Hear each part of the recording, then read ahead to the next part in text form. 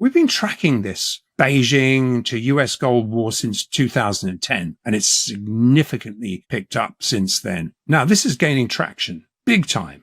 Gained traction after Russian assets were seized into an openly weaponized US dollar and in the sanctions that relate to that. And the official de-dollarization gauntlet Beijing literally threw down directly after Trump tariffs were threatened. So they literally openly said, right, okay, you want a fight, we'll have a fight. We've got the gold.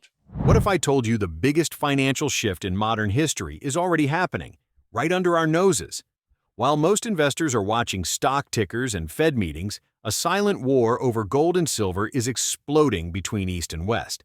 China just made its first move in the endgame, and according to Andrew Maguire, it could redefine the value of money itself. Stay tuned. This isn't just about gold. It's about the future of global power. It's all connected in combination with very fresh weaponized geopolitical energy sanctions.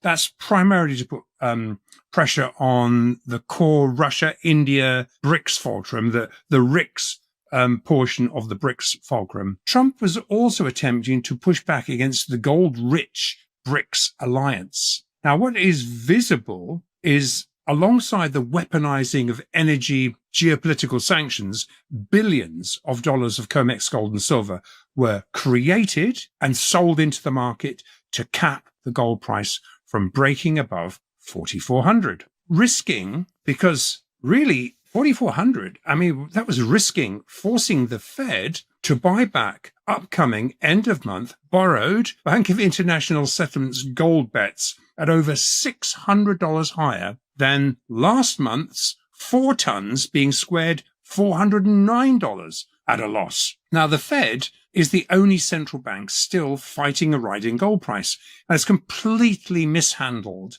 the US Treasury's gold positions.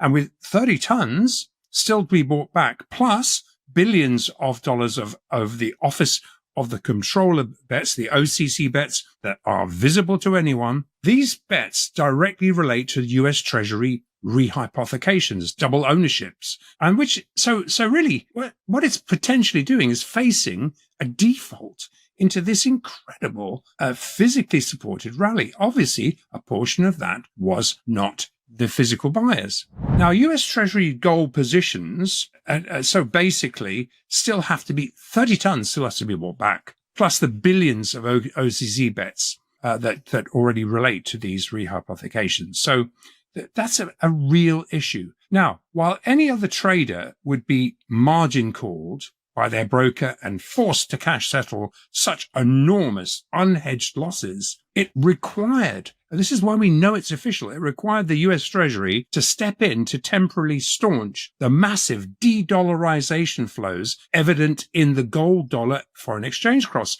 i.e. selling dollars to buy gold in the FX crosses. Don't forget, it's a currency.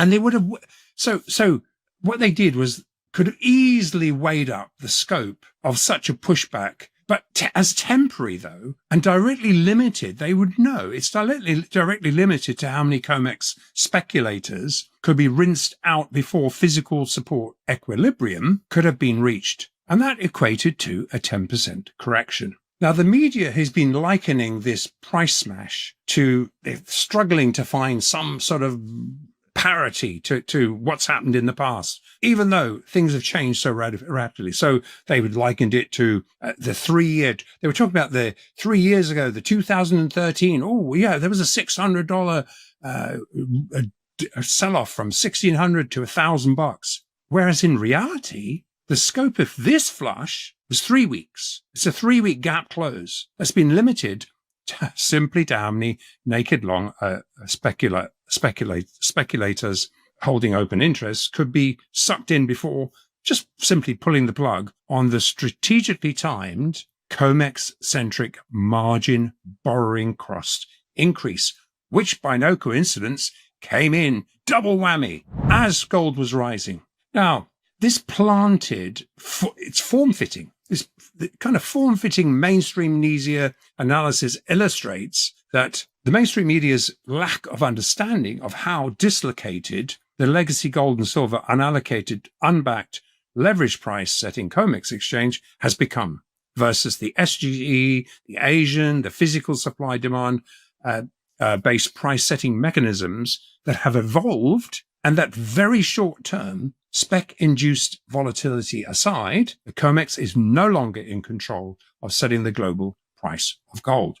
Now, what's missed by the majority of the legacy market analysts is that these are the people that pen pieces on Financial Times, and actually many of the newbie, what we call the newbie tourist gold experts that appear on Bloomberg, etc. They're just not used to talking about gold. So they haven't made the connection between the Bank of International Settlements reclassifying gold as a first tier net stable funding ratio compliant asset class on the 1st of January 2023, as can be evidenced by the dwindling open interest, really, into the subsequent $2,500 rally, legacy rally, that real money open interest has exited the COMEX, exposing old school COMEX driven price setting games. They're just no longer fit for purpose. Gold's risen over $2,500 since that point. Now, this very sticky real money has only just commenced gaining exposure to high quality liquid asset physical gold outside the paper dilated LBMA CME ring fence. Now, what's not being secured and physically removed from underpriced paper diluted local under fixes is being secured in the very liquid Chinese SGE influenced Western facing SGEI, international facing physical exchanges. Now we've been tracking this Beijing to US gold war since 2010, and it's significantly picked up since then. Now this is gaining traction big time. Gained traction after Russian assets were seized into an openly weaponized US dollar and in the sanctions that relate to that. And the official de-dollarization gauntlet Beijing literally threw down directly after Trump tariffs were threatened. So they literally openly said, right, okay, you want a fight, we'll have a fight. We've got the gold. Over the last year, gold and silver markets have stopped behaving like normal commodities. They've become ground zero for a much larger geopolitical and monetary realignment. Andrew Maguire says this isn't a random price cycle. It's the final act in a decade-long financial war between the US-led dollar system and a rising BRICS alliance led by China. Let's start with the breaking developments. Gold has hovered near record highs, even after repeated COMEX sell-offs meant to suppress its breakout above $2,500. Silver, despite temporary corrections, continues to see record physical demand, particularly from Asia, where premiums remain far higher than Western futures prices. China's imports through the Shanghai Gold Exchange have surged to multi-year highs, while Western vault inventories keep draining. The disconnect between paper gold and physical metal has never been wider. According to Maguire, this divergence is by design. He argues that Beijing, Moscow, and New Delhi have been accumulating physical gold for over a decade, drawing supply out of Western markets while allowing COMEX and LBMA to drown in paper contracts. The goal? To shift price discovery to Asia, where metal is actually delivered. With the Shanghai Gold Exchange and its international counterpart now handling massive physical volumes, China is openly challenging London and New York's control over gold pricing. Maguire points to the weaponization of the US dollar, particularly after Western nations froze Russian reserves in 2022, as the real catalyst. Once the dollar became a political weapon, global trust was broken. Non-Western economies started searching for a neutral anchor, and gold naturally filled that role. Behind the scenes, a quiet revolution is taking shape. BRICS nations are creating gold-backed trade settlements and even digital settlement systems directly convertible into bullion. The Bank for International Settlements Basel III reclassification of gold as a Tier 1 asset only accelerated this trend, giving central banks justification to load up on physical reserves. Maguire's message to investors is clear: own real, allocated metal, not paper promises. He insists that synthetic gold and silver contracts are now systemically risky because Western exchanges are leveraged hundreds to one against their physical inventory. If a true physical delivery crunch hits, unallocated holders could find their gold vanish overnight. He also stresses the asymmetric potential of silver. Historically, in every major gold bull market, silver outperforms several-fold. With industrial demand booming and physical inventories draining, he believes silver's breakout could be explosive once this revaluation cycle begins. In Maguire's view, the U.S. is running out of options. Either it revalues gold upward to restore confidence in the dollar, or it risks losing global reserve status altogether. He predicts that a formal gold revaluation, voluntary or market-forced, will soon be unavoidable, and when that happens, silver will follow in an even more violent move to the upside. And here are just three of these most recent takes. I just say, call them take the gloves off mandates to attract global gold buying and storage. US-sanctioned Russian asset seizures and tariff wars are evidencing China de-dollarizing, and most definitely this has Trump's attention. China aims to become custodian of foreign sovereign gold reserves to strengthen its standing in the global bullion market. Driven by Beijing's opening up direct convertibility to the yuan to gold and gold to the yuan FX structure, initial investors, financiers, hedgers, etc. operate in a smoothed out, true, physically settled supply-demand price, and is a primary reason the dollar's share of global reserves on a balance sheet has surpassed US treasuries. Now, this Financial Times assessment here illustrates that foreign central banks now hold more gold than the US treasuries. However, given this official data fails to include thousands of tons of unreported monetary gold central bank buying, and with China alone securing a conservative 80,000 tons, and Russia, India, Saudi, and the BRICS another 30,000 tons, the percentage is far likely closer to 60% and rising. Now, in the meantime, Chinese and Indian gold and silver buying continues to compete with Western ETF demand. Gold is not rising. It's simply evidence that the dollar is being diluted with gold holding its purchasing power. It's that simple. So the de-dollarization process is a natural event. And circling back to who and what was likely behind the official gold pushback against an out-of-control China-orchestrated BRICS plus dollar to gold de-dollarization escalation, i.e. just swapping dollars for gold, of the many ideas that have been trial ballooned, other than adopting the obvious choice of revaluing US Treasury gold to market to partly back the US dollar with gold, which will actually be enormously beneficial for the dollar, let's examine the various possible official White House to BRICS pushback options.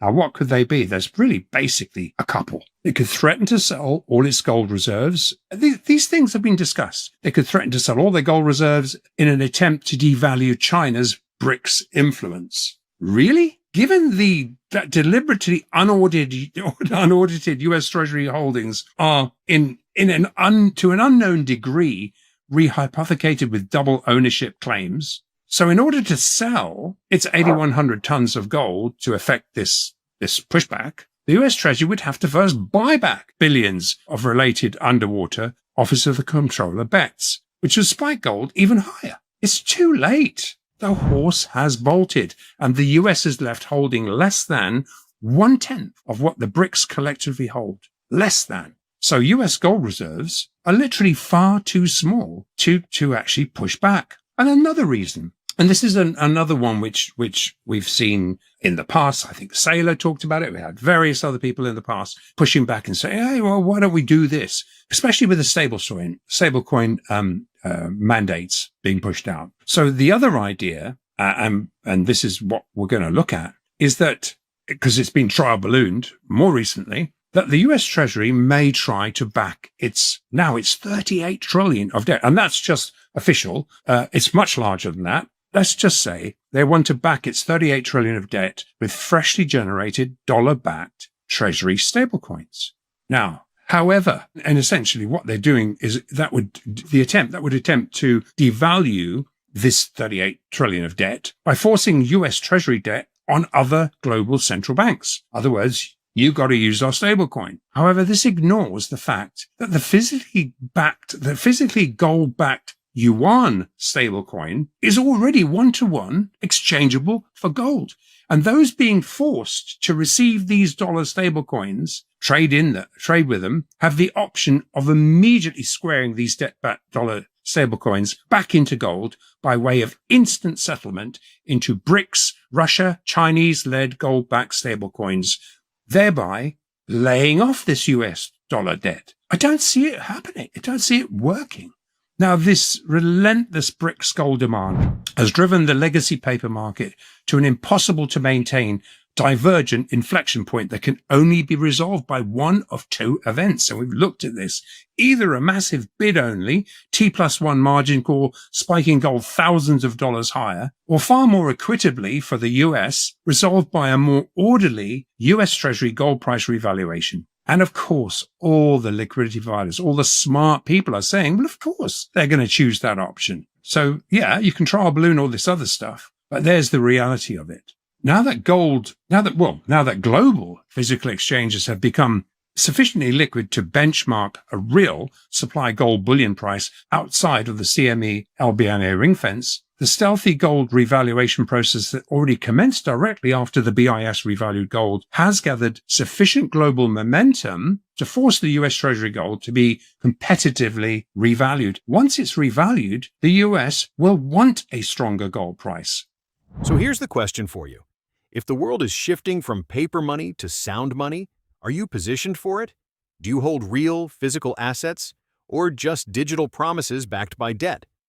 Andrew Maguire believes we're approaching a once-in-a-century turning point, a moment where gold, silver, and the currencies tied to them could redefine global finance. If you found this analysis helpful, smash that like button, subscribe to the channel, and turn on notifications so you don't miss the next deep dive. And tell me in the comments below, are you stacking gold, silver, or both? And what price do you think silver hits first, $50 or $100? Your insights might feature in our next video. Until then, stay sharp, stay informed, and remember, the end game has already begun.